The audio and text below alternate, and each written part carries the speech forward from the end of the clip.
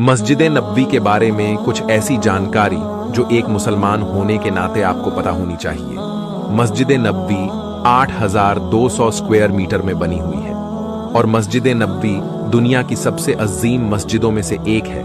इसकी लागत 6,50,000 करोड़ की है। इस मस्जिद में 2014 पिलर है और इसमें 8,98,000 लोग नमाज पढ़ सकते हैं। मस्जिद में हर वक्त दुनिया से आए 3 लाख लोग मौजूद रहते हैं।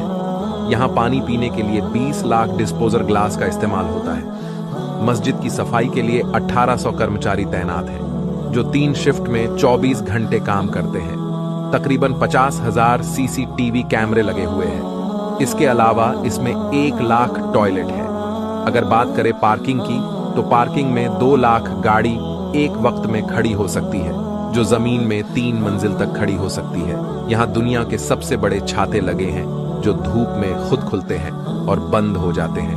अनगिनत AC लगे हुए हैं जो कोना कोना ठंडा करती है। प्यारे आका हजरत मोहम्मद सल्ली अल्लाह अलैहि वसल्लम ने फरमाया, जिसने मस्जिद नबवी में एक नमाज पढ़ी उसे 1000 नमाजें पढ़ने का सवाब मिलता है। अगर आपको ये जानकारी अच्छी लगी है तो दूसरों के साथ इसे जरूर शेयर करें।